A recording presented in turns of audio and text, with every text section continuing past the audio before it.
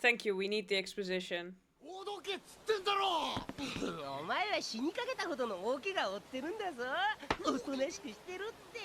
Yeah, slap him on the open chest wound, Usopp. Come on. That's a big sea cow. I'm assuming it's a sea cow of some sorts. Hey guys, welcome back to my channel, and we are continuing One Piece today. I'm super excited because we are finally getting into Nami's arc, which was definitely my favorite from when I watched it the first time. So, episode 31, I'm just gonna jump straight in. We're gonna see what Zoro and Usopp were up to, trying to look for Nami. Let's go. The worst man in the eastern seas. Fishman pirate Arlong. I'm so excited for this. I feel like that's a very dangerous position for Luffy specifically to be chilling in. One wrong move and Sanji is jumping out again.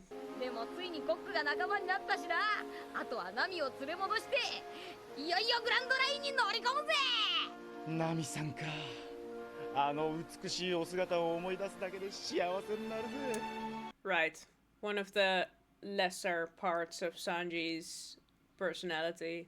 あんたら甘すぎるっす。分かってるんすか。俺たちは今刻々とあのアーロンのところに向かってるんすよ。あの時の姉貴の目はアーロンの写真に釘付けだった。 Dead or alive. 20 million was it? 20 million berries. あんたらまさかあのアーロンを知らないんじゃないでしょうね。アーロン？誰だそれ？知らん。どこに直れ。こうなったらとことん教えて差し上げるっす。 Thank you, we need the exposition. グランドラインの魚人島にはそりゃもう美しい人魚がいるんだってな。Sanji, shut up. そもそもグランドラインが海賊の墓場と呼ばれている理由は君臨する三大勢力のせいなんです。その三大勢力の一つが Oh, right! The seven warlords. Government authorized pirates. なんで海賊が政府に認められるん To だ keep よ。 the other pirates in check. 七部会は海賊相手の略奪行為の何割かを政府に収めることで存在を許された海賊たちなんです。I was thinking that it's like an automatic police system that they keep the other pirates in check, but if they're also giving up part of their loot, then yeah, obviously the government is gonna sanction them. ゾロの兄貴を打ち負かしたあの鷹の目のミホークも桜花七部会の一人な。 Hawkeye Mihawk, one of the seven warlords. Seeing this now, I do know that I heard that before, but it does. I'd forgotten about it. I don't know. I feel like it makes me lose a bit of respect for Mihawk to know that he is working for the government and not just a pirate. But we don't know him very well yet, so I'm hoping we'll get to see more of Mihawk, and then maybe we'll learn more about the warlord thing. Jinbei, a fisherman pirate. そのジンベエと肩を並べ、かつてグランドラインで残虐行為の限りを尽くした海賊が巨人アーロンなんす。今20を超える町村を支配してやす。奴の実力はドンクリークをはるかにしのぎやす。 Okay, but I guess it's because he is ruling towns and not the seas themselves, because Don Creek is supposed to be the ruler of the East Blue, right? So if Arlong is much stronger than him, I guess that's because he's ruling towns and not seas. My question is more, why would Arlong come to the East Blue if he is big and bad enough to be a problem and to commit atrocities in the Grand Line? Why is he hanging out in the East Blue? ナミさんはひょっとして人魚なのかもしれないぞ。あの可愛さだもんな。I'm just gonna try to ignore whenever Sanji gets like this. 巨人の強さを分かっていねえ。そんなもんつきゃわかんだろ。心配すんなよ。とにかく飯にしようぜ。そうだ、飯だ。Priorities. 肉ともやしか。やっぱいいな。僕がいると。 They're really gonna have first class meals on this pirate adventure. 帰ってきたわ。またここに。私のふるさと。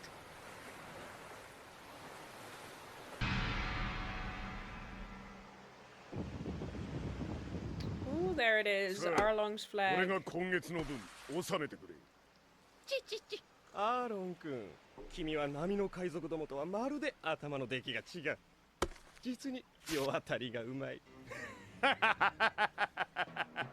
お互いにね、俺の友人になっておけばこのイーストブルーでいくらでも甘い汁が吸える。それが分かってると、あんたも賢い海軍大佐だぜ。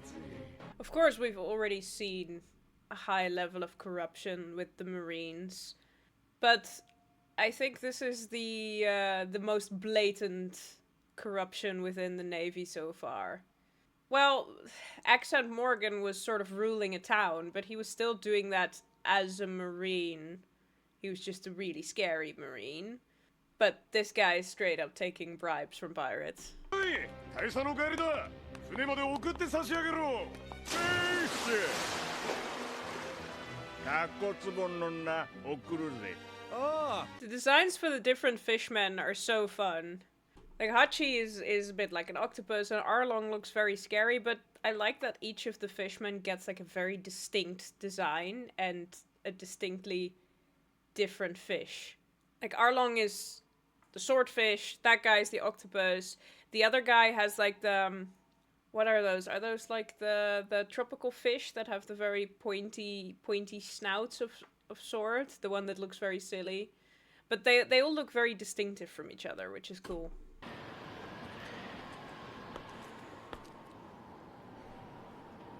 おいお前どけよ。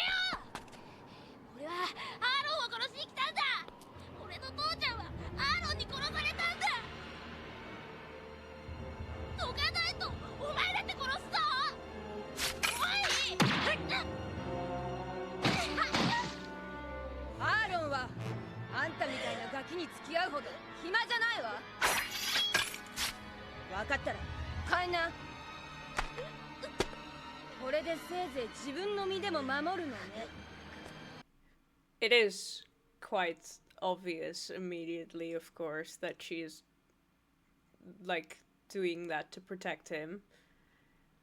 But still, hitting a kid in the face with a bow staff is a little bit cruel. Showing a side of Nami we've not seen yet, which is always nice. おう、帰ったかナミ。長旅だった。どうだった今回の収穫は。上々よ。稼ぎまくったわ。簡単に騙されてくれるカモが多くてね。この通り。しゃ裏切りはてめえのお箱だからな。まあね。おお、同胞たちよ、仲間が帰った。宴の準備だ。ナミが帰ったぞ。 The one human the fishmen like. Oh, and we're getting her music as well.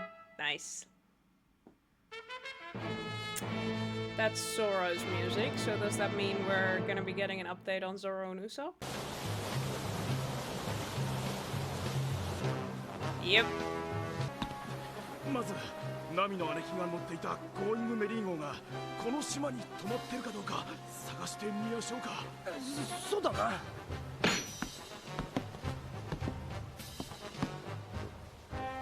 切り込むぞ。なんだぞ。相手はあの巨人なんすよ。まず作戦を立てて。七面倒くせえのはごめんだ。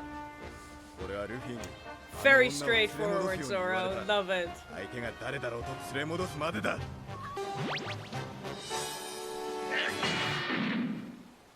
Love Zoro's straightforward approach.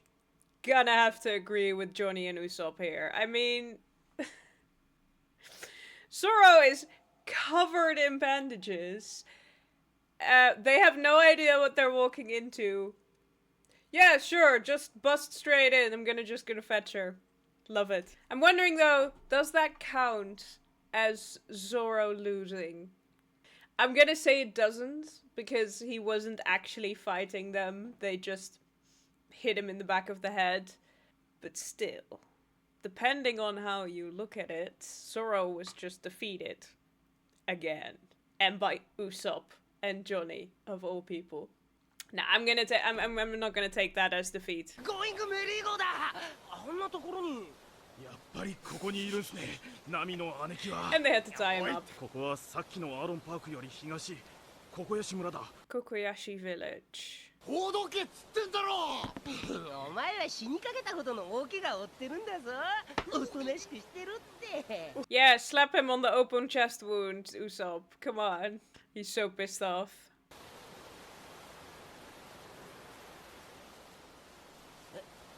Oh, look, one of those was like an anglerfish. 大丈夫ですかい。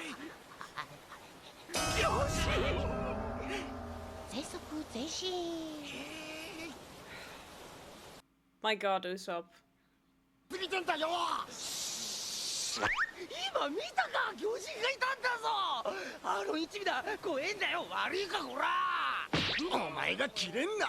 やはりこの辺一帯マジでアーロンに支配されてる様子。ナミは連れ戻せなかったということで。俺の縄をほどけ、バカ。脱出。よい。ちょっと待て。おい、せめて縄をほどいてけ。 This is incredibly disappointing. I guess you could say that Usopp has faith that Zoro will take care of himself, but this was very disappointing. I know I need to expect it from Usopp, but I kind of also expected a little better. さてはどっかから島流しにでもあったかな。あいつらぶっ殺してやる。許せゾロ。お前は実に勇敢だったとルフィには言っておく。なんて運の悪い人だ。兄貴の。 What an unlucky person to get tied up and abandoned. It's nothing to do with luck, Johnny. The moment Zoro sees them again, he has every right to beat the crap out of both of them. この上はゴサという町のはずです。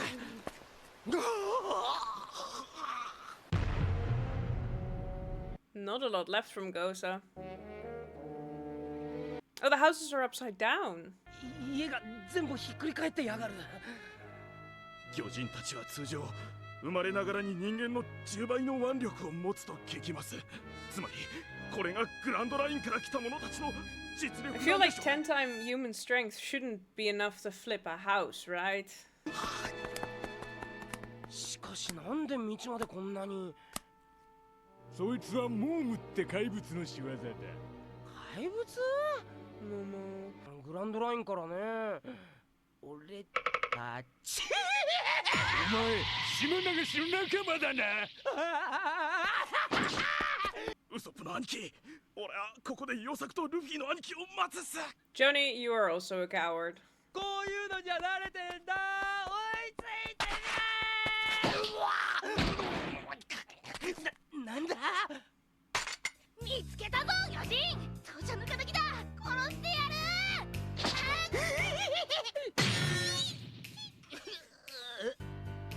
魚人に手を出すな。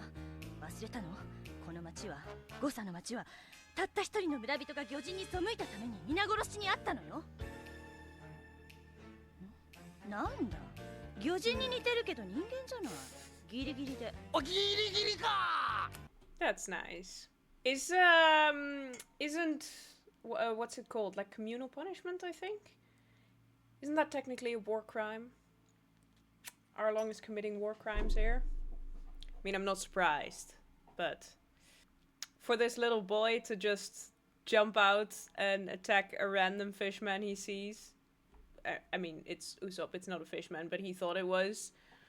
After having his ass beat by Nami already. I feel like it's one of those combinations of brave and stupid, which is pointing a little bit more towards stupid. But I respect it. I respect the little boy more right now than I respect Usopp and Johnny for abandoning Zoro, to be honest. 下がってろ。お前たちはキャプテンウソップが守る。一人くらいなんとかできるだろう。必殺鉛星。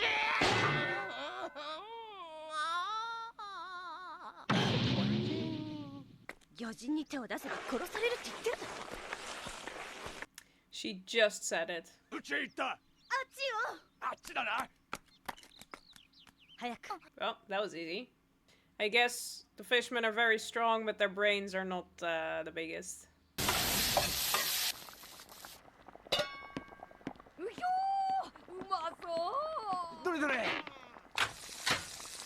Meanwhile, these guys are just having the time of their lives. I really like the pipe coming out of the mast, like the smoke. That's a cool design. Uh-oh, there he is.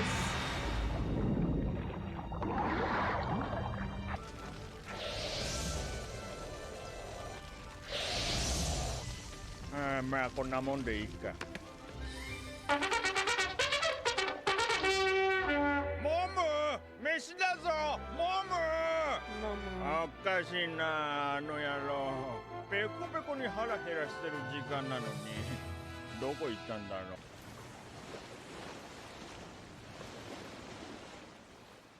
う。もう一度聞く。貴様一体何をしにここに来た？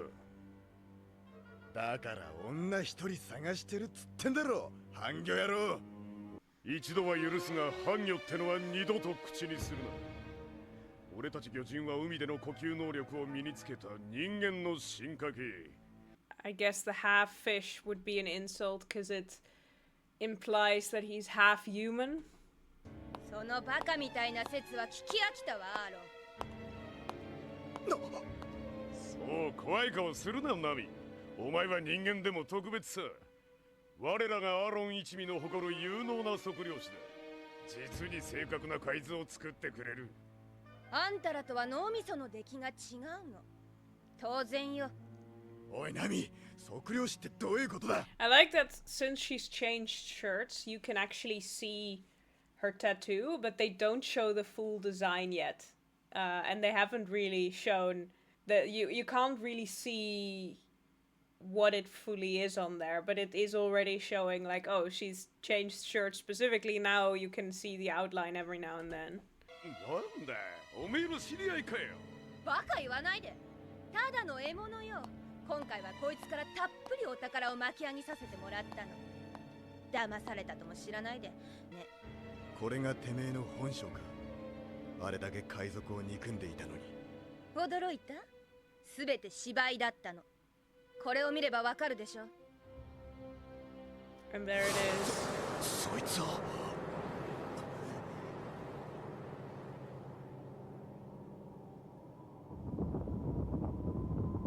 私は紛れもない海賊。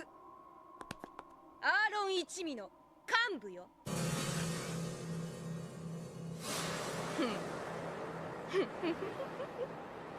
The betrayal, Zoro. Ooh, new outro. Alright, that was the first introduction to the Arlong Pirates and Nami's betrayal.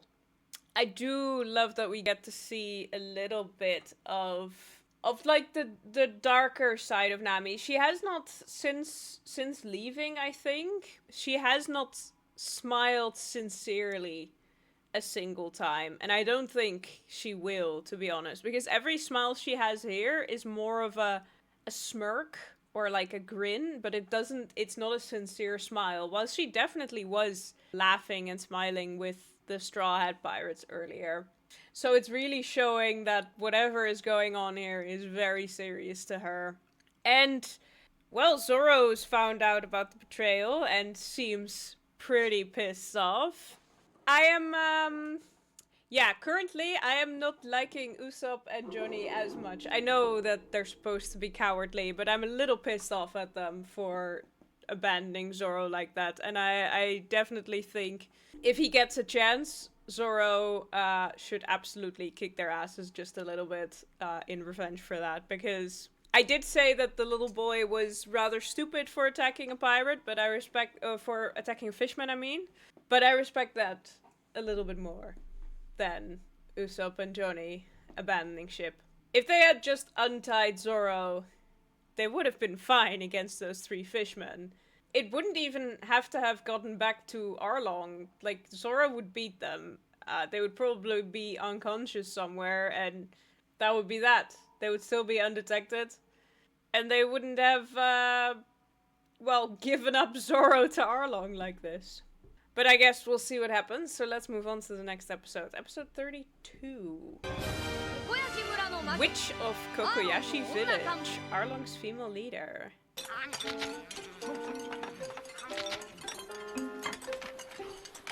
Oh, we're back to the eating.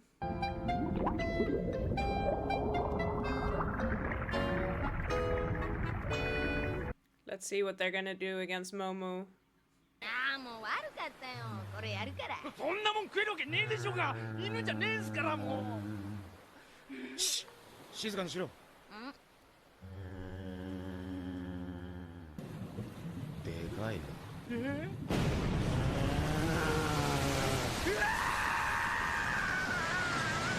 だこいつ。 That's a big sea cow. I'm assuming it's a sea cow of some sorts. 牛だ。でけえ。牛か？泳ぐか普通。カバだろ。こんなのがなんでこのイーストブルーに。これグランドラインの生物ですよ。狙いは飯だ。何？早く渡してください。船をひっくり返されちまう。無言のピストル。 If it's about Luffy's food. 怒りを買ったみです。もう一発か？バカ野郎！腹すかしてるやつをむやみにぶっ飛ばすんじゃねえ。きっとこいつは怪我でもして自分で餌取れねえんだ。あ、そうだろう。I like that Sanji's cooking motivations extend to Grand Line sea monsters. That's so adorable. さあ食え。遠慮はいらねえぞ。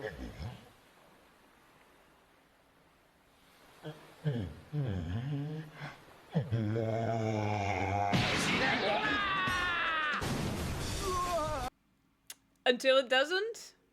あの野郎今俺ごと食おうとしやがった。He could tell. He could tell that he was not gonna kindly eat from his hand, but he was gonna try to swallow him whole.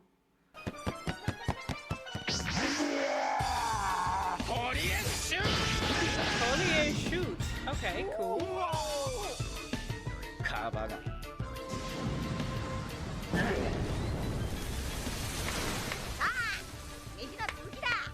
いい運動になった。むちゃくちゃだ。この人たち。Yeah, Yosuke, they are.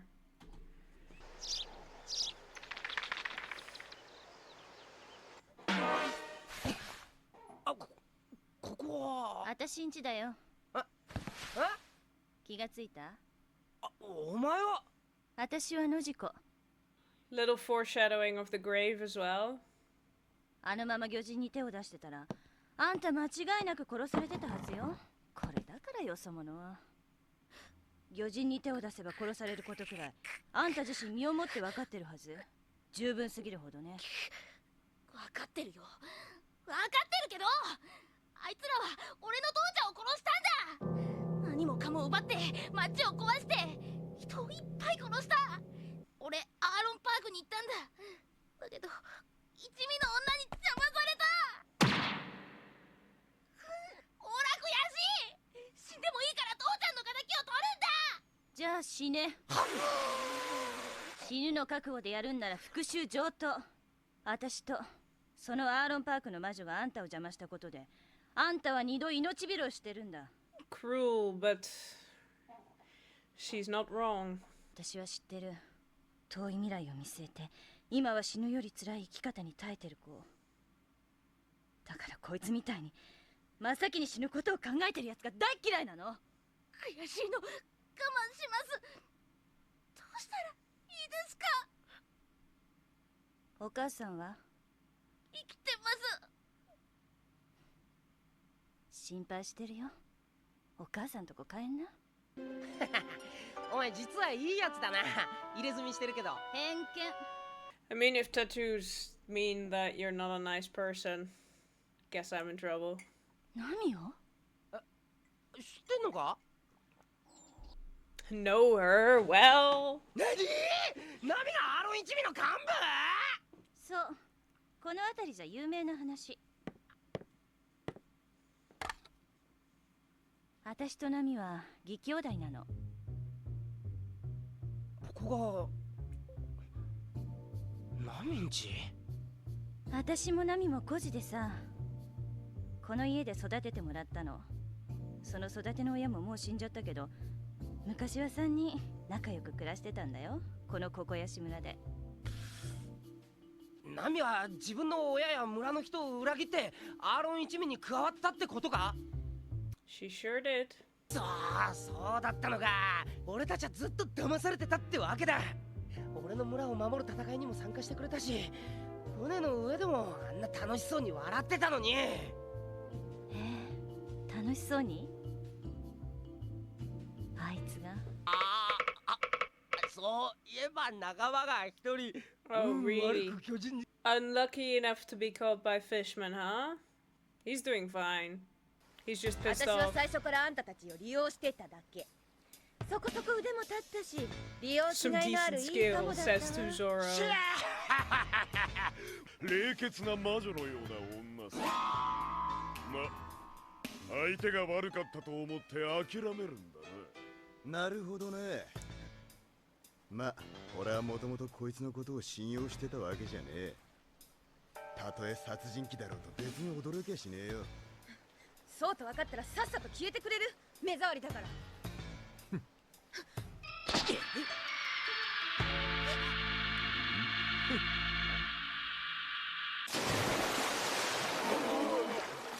I do really like Zoro here. It's, he's taking a risk. But it's the one way to know for certain, right here and right now, what Nami is actually feeling. And I do like the contrast in which we're seeing this, where Usopp is being told the story by Nojiko.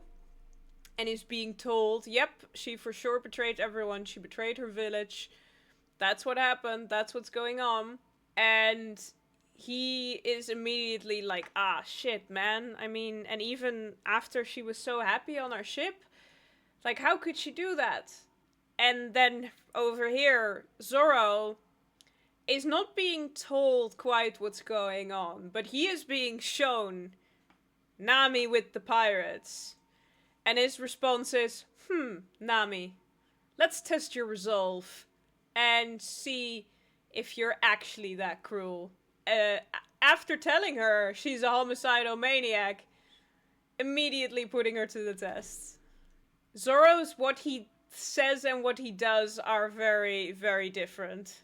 It's also very much in contrast with what we've seen of Zoro so far, because he seems to be the one who dislikes everyone but Luffy the most, whereas Usopp is very friendly with everyone. But it's Zoro who is quickest now to just be like, no, I don't buy it. I'm putting my life on the line as a trust fall, basically, to see if you're really like this. While being the one who seems on the surface to dislike everyone the most. He is always grumpy with everyone. He was annoyed at Nami whenever she joined them. But he is the first to do this.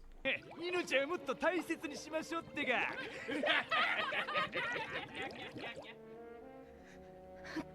あのバカ。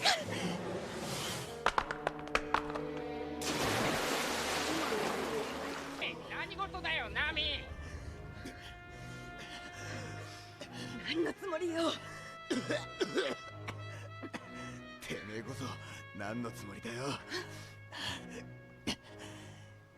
人一人も見殺しにできねえ小物が息がってんじゃねえぞ。さっさと助けやがれバカ。死ぬかと思ったぜ。Maybe he, after jumping in the water, started to hesitate just a little bit. Zoro not knowing what's going on, he is risking Nami's position here. Like, he is risking her position with the Arlong pirates, which is pretty dangerous to her as well, so... 俺以上私に関わると死ぬわよ。どうだか。大層な包帯ね。服の替えがなくてよ。代わりだ。Oh yeah, she doesn't know about the fight with Mihawk. どうするんだあいつ。ぶち込んどいて。私が始末するわ。すまねえ、あいつの仲間でもう一人鼻の長いやつがいたんだが、そいつを取り逃がしちまった。なんだウソップの野郎、結局見つかっちまいやがったのか。多分ここやし村に逃げ込んだと思うんだが。おい、アーロンが来たぞ。何事だ一体。貢ぎ金は払ったばかりだぞ。多分私の武器が見つかった件だろう。みんな家へ入ってくれ。源さん、てめえだったのか。武器を所持してた野郎ってのは。ああ、そうだ。私はもともと武器を眺めるのが好きだからな。でけえ、あれがアーロンか。人間じゃねえ。まあ魚人だからね。そうだね。 Well observed, Usopp.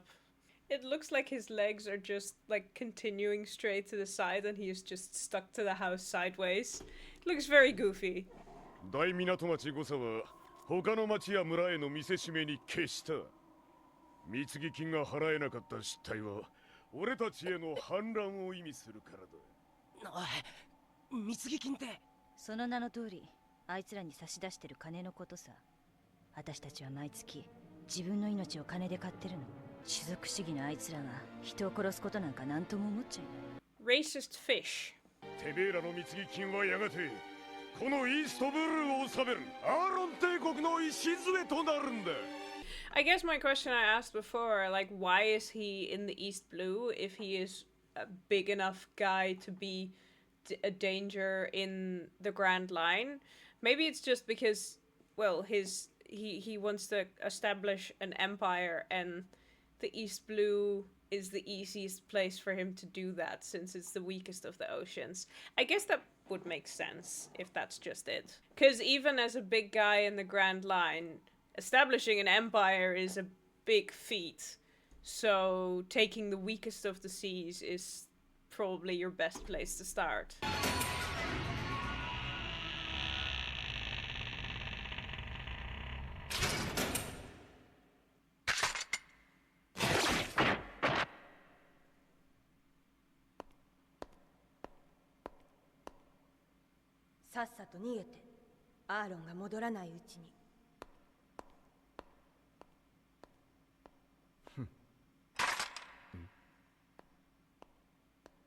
His precious sword. Well, Nami, really putting your position in danger now. Oh, for Zoro? 他の人間どもの見せしめに今ここで殺してやる。嘘だろ、武器持ってただけで。そんな勝手な話があるか、アーロン。 And that after the speech she just gave to that kid. 私たちはこの8年間欠かさずちゃんと水着金を納めてきたんだよ。今さら反乱の意思があるわけないだろう。 Guess she must care a lot about Gen. そうだそうだ。別に武器を使ったわけでもないじゃないか。やめてくれ。ゲンさんを離せ。みんな家へ入れ。ここで暴れては私たちの8年間が無駄になる。戦って死ぬことで支配を拒むつもりなら8年前のあの時すでにそうしていた。お前のような虫けらでもな。ケンさん、生き物は皆生まれながらに平等じゃねえんだよ。てめえやめろ。絶対に手を出すな。かけらでも邪念を持ったやつがどうなるか。俺が見せしめだ。火薬星。 Finally, Usopp starts doing something. 今逃げ出せば許してやろう。俺には焦りの。アーロンさん、あいつだ。さっき取り逃がし。 She's starting to make up two big numbers again. Oh, he can lift the house by himself. Never mind what I said earlier. また貢ぎ金の取り口が減っちまうぞ。人間の集落なんだ。簡単だが、俺たちの目的は支配だ。あいつら。死ぬ死ぬ。まだ生きてるぞ。おい。捕まえてぶち殺せ。おい、あのバケ戻るぞ。このままじゃマジでこの村吹き飛ばしちまう。 Those underlings are clever. They are right. If you keep destroying everything, you're not gonna have any income left. みんな、久しぶりね。ナミどうしたの？あんたが村の真ん中通ってくるなんて。大きい音がした。アーロンね。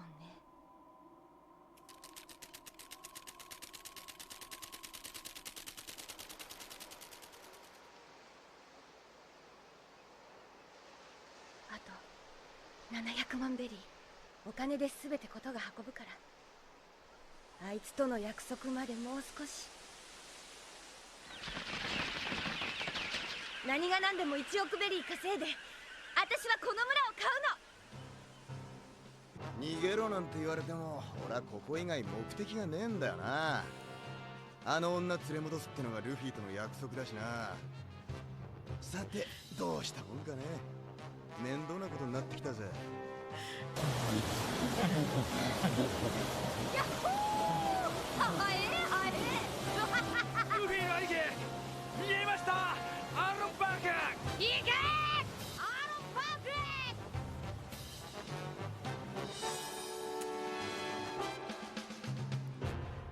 Part of me wants to say poor Momu. The other part of me thinks he kind of deserves it for trying to eat Sanji. He does look pretty cute. These two episodes are a great introduction to the story. Luffy has almost arrived. I think Usopp is starting to... Well, Usopp is at the very least doing a little bit better than he was before. Well, Zoro is just being cool and ore farming, as we know of him. That seems to be like just the standard thing he does. We got a little introduction to Gen, I think his name was, and it was interesting what he was saying. I think with he was saying like if you wanted to fight, we should have done so 8 years ago. It's an interesting conundrum. I guess it's sort of the what's that called? There's like it's like a logical fallacy, the sunken cost fallacy or something. I don't know exactly what it's called, but basically saying like all those 8 years we've put in will have been for nothing if we fight now, which, I mean, if you don't know exactly what you're signing up for 8 years, and obviously they knew they were signing up for a tribute every year, but the amount of money they have to contribute, the fact that if one person can't make it, the entire village gets wiped out, the tyranny on top of that, it's not really something you sign up for, and you can't just accept that for the rest of your life. However, I will also say, with the knowledge that Gen... I think, if I remember correctly, that Gen knows what Nami is doing. So then it would make a little bit more sense for him to say, like, no, we'll be patient, we'll wait. And this does already, like, it doesn't explain the full story, but they did just say that she wants to buy the village with 100 million berries. It explains so much of her greediness and her focus on treasure and money throughout the episodes up until now. It's such a nice payoff for that. It's like this entire time you've seen this character trait, and it feels like in the beginning it's just sort of like a little joke or just like, oh, we'll have to give this character a defining trait. Well, she loves money. But then to get to this point and to be like, oh, there's a reason behind it. It's very satisfying, even though we haven't really been told the whole story yet. But you're starting to get like, oh, right, we're going into this character trait and why she is like this. It's so fun. She very much is going to be in trouble the moment Arlong finds out that Zoro escaped. He was very clearly released, so having saved him before already, I am wondering, where did Zoro get the shirt he's wearing? Because he was not wearing a shirt. Did he just take the shirt of one of the pirates? That's kind of funny, to be honest. Alright, so that was the first 2 episodes of the Nami and the Arlong storyline.